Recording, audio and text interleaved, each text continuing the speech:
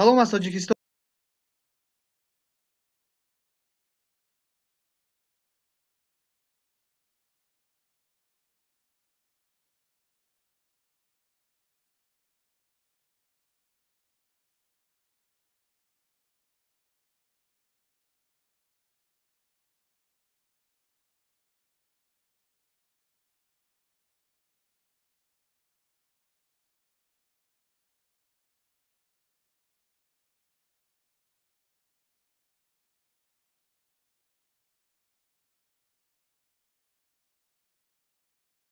дар Амрико қарор доред.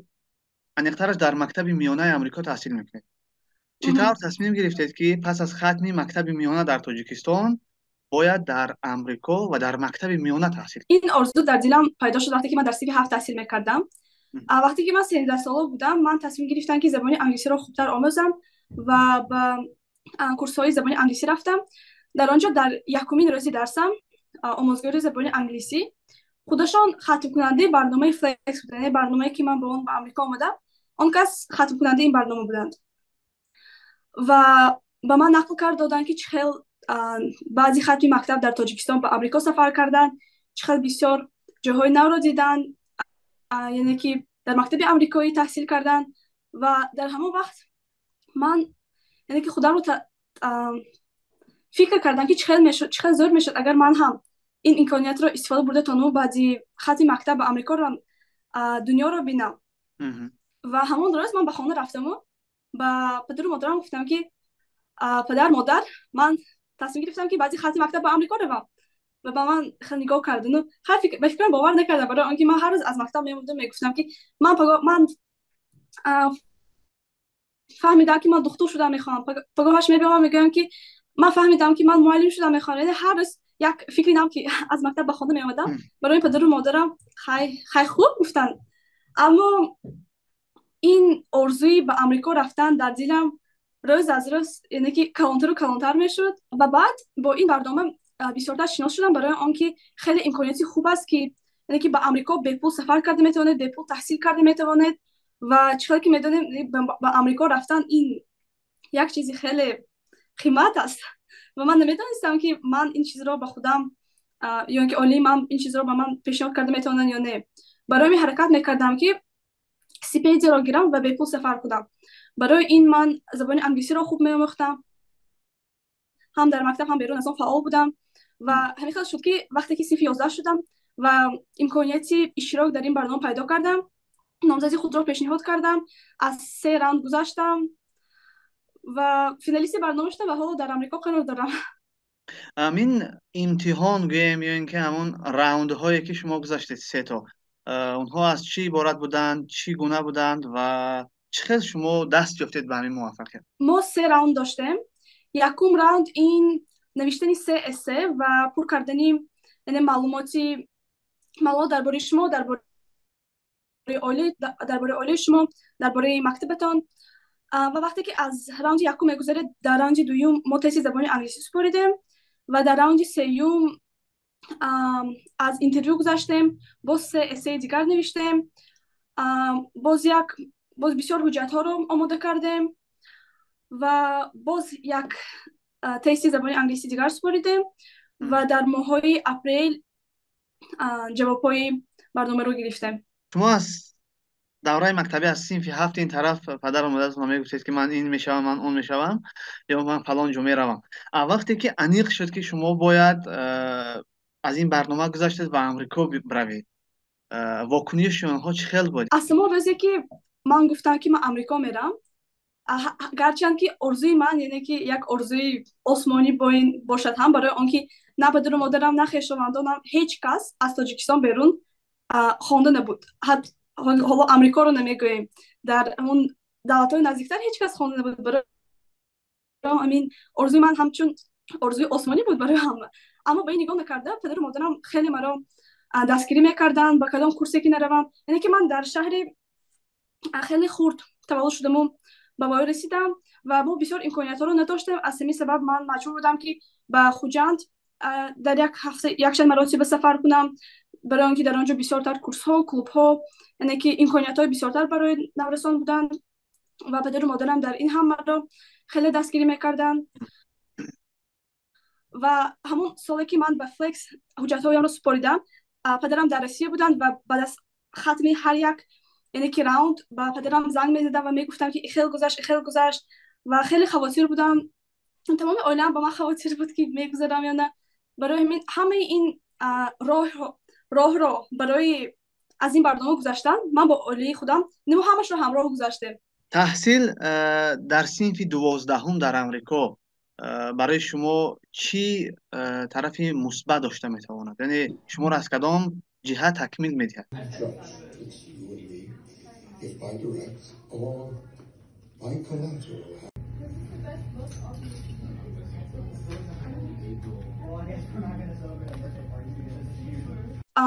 سیستم مکتب ها در امریکا خیلی گوناگون است و همچون ختم کننده مکتب امریکا من امکانیت پیدا کردم که بسیار کورس های بسیار درس هایی که در تاجیکستان امکانیت گرفتن رو نداشتم همه ها رو گیرم دانشم رو تکمیل دهم.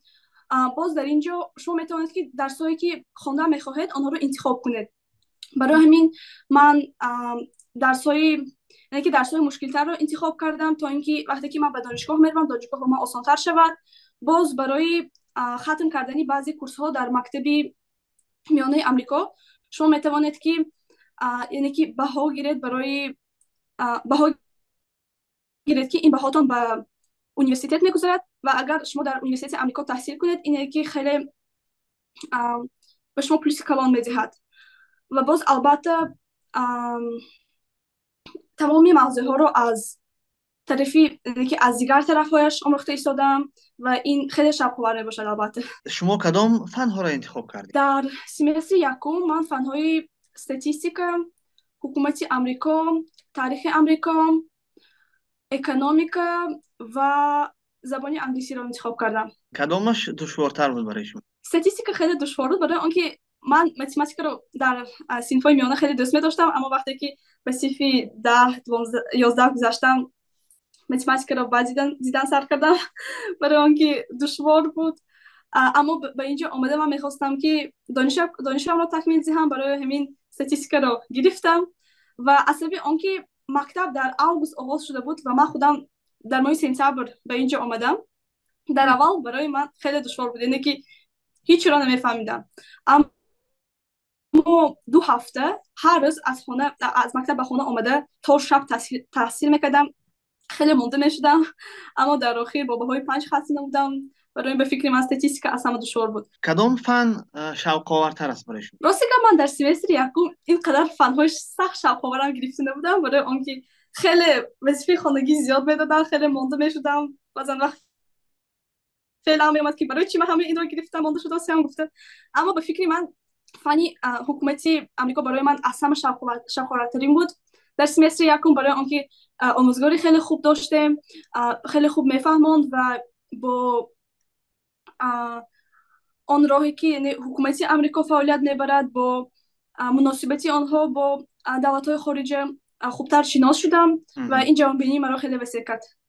مقصد از آموختن حکومت امریکا در چی است؟ یعنی شما چی مقصد دارید؟ مقصد برنامه من از آن عبارت است که بچه‌ها یعنی خواننده‌های مکتب از دیگر دولت‌ها به امریکا بیایند و درباره دولت خود درباره تاریخ ملت فرهنگ خود به امریکاییان نقل کنند و البته که همچون ما به امریکا آمده ما هم میخوایم که درباره تاریخ فرهنگ حکومت درباره حیات در امریکا آموزیم. برای همین برنامه از من طلب میکرد که من این فن رو گیرم همچون فنی زبان انگلیسی فنی تاریخ امریکا و فنی حکومتی امریکا که ما گرفتن ما لازم است. در این برابر وقتی که وظیفه شما همین است که درباره فرهنگ و تمدن و تاریخ خودمون نقل کنید برای امریکایی ها شما با کی نقل میکنید؟ از همون روزی که من آمدم من یک چند پرزنتاسی گذراندم درباره تاجیکستان در مکتب پرزنتاسی گذراندم در دیگر محفل ها در دیگر جای ها پرزنتاسی گذراندم درباره تاجیکستان نقل کردم. برای پرزنتاسی البته خوراکی تاجیکی میبرم به همه خیلی مقبول بود. خوراک خودتون میپزید؟ البته من میپزم باز عائله امریکاییان به من یاردم میکنن برای آنکه اینها در خوراکپزی خیلی خیلی خیلی خوب هستند و با عائله امریکایی هم زبان تاجیکی رو میآموزم. آنها الکی الفبای тоҷикиро хуб медонанд, баъзе калимаҳоро аз ёд медонанд ва агар мисол китоби тоҷикиро кушоям хонда метавонанд. ҳамкурсонатон киё ҳастанд? Аз кадом давлатҳо?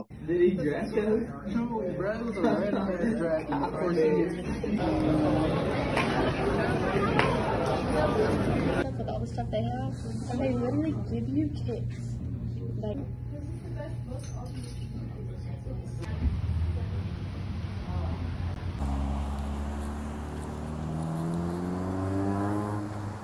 ман яъне ки дар мактаби амрикоӣ мехонам ва мо танҳо 3 студент дорем ки аз дигар давлатҳо омадаанд. Ман аз Тоҷикистон, як духтарак аз Испания ва боз як духтараки дигар аз Бразилия. Дигар ҳамаи бачаҳо яъне амрикоиҳо мебошанд ва аз давлатҳои дигар бисёр хонанда дорем.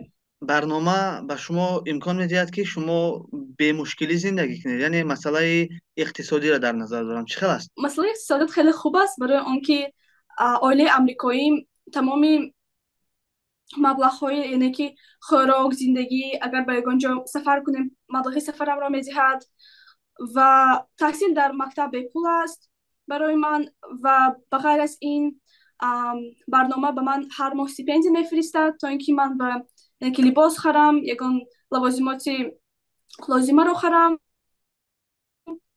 ва яъне ки дар тамоми ҳамин вақт каме пул оварда будам аз Тоҷикистон, аммо ягон долларро сарф кардагим не ва падару модарам ҳам ба ман пул намефиристанд. Барои мин мерасад хеле хуб. Моҳона стипендия чанд доллар аст? Стипендияи моҳона $200 аст. дар як рӯз чанд соат дарс аст дар мактаб? Чанд соат шумо дарс тайёр мекунед пас аз дарси мактаб? Чанд соат мехобед? Чанд соат истироҳат мекунед? Хуб, мо дар мактаб дар як рӯз 5 дарс дорем. ҳар як дарс 85 дақиқа. соати 7:45 дарс сар мешавад ва 2:45 дарс тамом мешавад. баъд аз дарс ман ба давидан меравам ва дар мактаб бо дигар бачаҳо 2 соат то соати 5 мо медавем. баъд аз вай ба хона меоям, соати 5 хӯроки шом дорем.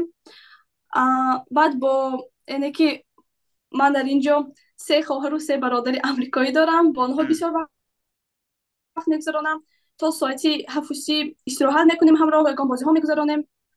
баъд аз вай ман ба ҳуҷраам меравам ва китоб мехонам ё ки агар вазифаи хонагӣ дошта бошам дарс мекунам. вақте ки ман дар аввал омадам ҳар рӯз 4-3 соат ба вазифаи хонагӣ сарф мекардам, аммо рӯз аз рӯз ин миқдори вақт камтар шудан гирифт, барои он ки дарсҳо барои ман осон шуданд.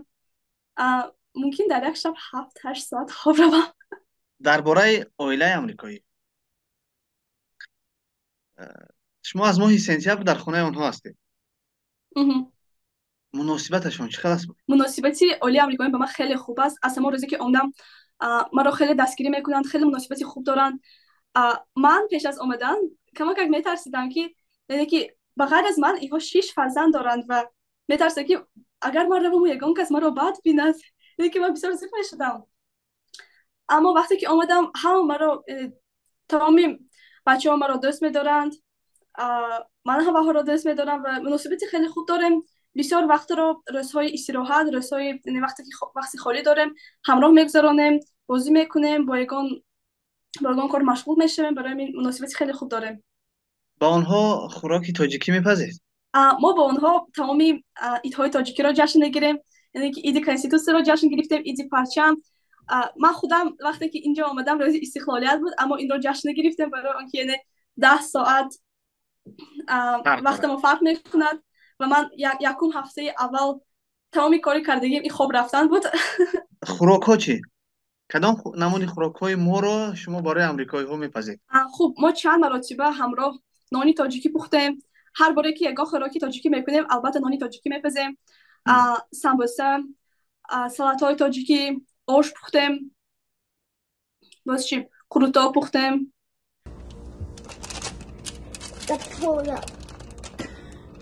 Wow. That's amazing. That one is really нони тоҷикиро чӣ хел мепазед? шароит ҳаст онҷо? хай албатта ҳама ки лавозимотое ки дар Тоҷикистон ҳаст дар ин ҷо ҳаст. ҳам ту меред, мехаред, мепазед. орд гирифта хамир карда дар даруни духовка пухтаам хел. بله. اما مزهش ҳамин خیلی خوب بود. хамир расида буд охир? مهم.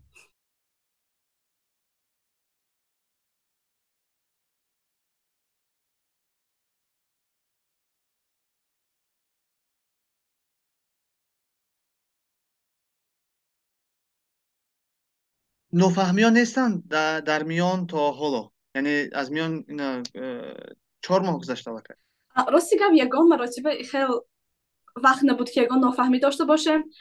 اگر من مثال یگان کار کرده باشم که با آنها همون کار نادرست باشد، البته به پیشم میآیند ما این چیز رو ما درباره موضوع صحبت میکنیم، یا اینکه اگر من یگان مشکلات داشته باشم با یگان کس، البته من به پیش میرم صحبت میکنیم و با این صحبتی گشاد ما توانستیم که در همین وقت یگان مناسبتی بعد و دیگر نداشته باشیم. درباره تاجیکستان از شما یگان چیز میپرسند؟ البته میپرسند، من بسیار نقل میکنم، از اینترنت رسم ها رو نشان میدهم، ویدیوها رو نشان میدهم.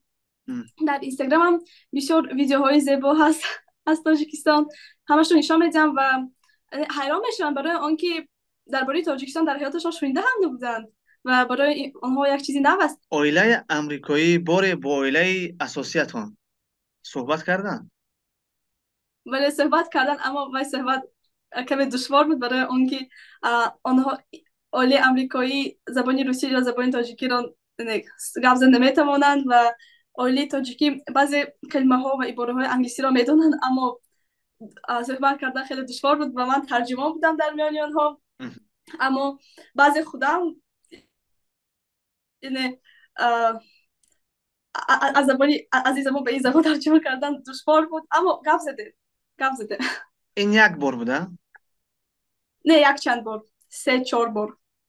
همین مضمون صحبتی دو اویله که یکدیگر رو عموما نمیشناسند، فقط یک دختر است در موبایلشون، چی میشود؟ یعنی چی بود؟ اینقدر موضوعهای دشوار هم نبود، یعنی پرسیدن که چی خیلی هستن، چی کار کرده ایستادن. بسیارتر در وقتی که در تاجیکستان شام بود زنگ میزدیم و در اون وقت مادرم یگان چی پخته ایستاده بود نشان میداد، یعنی که خانه رو اولی تاجیکی هم خانه رو نشان میداد، ما خانه رو نشان میدیم، یعنی که چیکار کرده ایستاده باشه همین رو نشان میدیم. اینقدر موضوعهای دشوار و گزدگی نبوده. لیکن شما ماه سپتامبر رفتید و بگید که از تاجیکستان برای همون اویله امریکاییتون چی بردید؟ با اویله امریکایی هم یعنی که مویز، بادام، یعنی که میوه های خشکی تاجیکستان رو آوردم و برای هر یکتشان یک تحفه تاجیکی آوردم. مثال شرفی تاجیکی، سمکه های تاجیکی آوردم برای دختران. برای پسران شپکه ها آوردم با رسم پرچم ملی. باز چی آوردم؟ ساعت آوردم با سخنی ابوعلی ابن سینا. یعنی که بسیار چیز آوردم. سال آینده، سال 2023 تحصیل شما تمام میشه. چیکار کردن دوامش؟ سوالی کمک دشوار برای آنکه من این کار میکنم گفتن دشوار است. خب حالا من به اونیورسیته های امریکایی حجتان رو سپرده ایستادم. اونیورسیته های امریکایی در امریکا، در آسیای مرکزی و همچنین به دیگر دولت های اروپا، قزاقستان، قرقیزستان حجت ها سپرده ایستادم. اما اویله میخوان که من در روسیه تحصیل کنم، برای همین نمیدونم چی خیلی شد یک بار مرا قبول کنن اونیورسیته ها، یک چی داشته باشم، ویبر داشته باشم، بعد انتخاب میکنم. اما میخوام که در امریکا تحصیل کنم، در اونیورسیته امریکایی.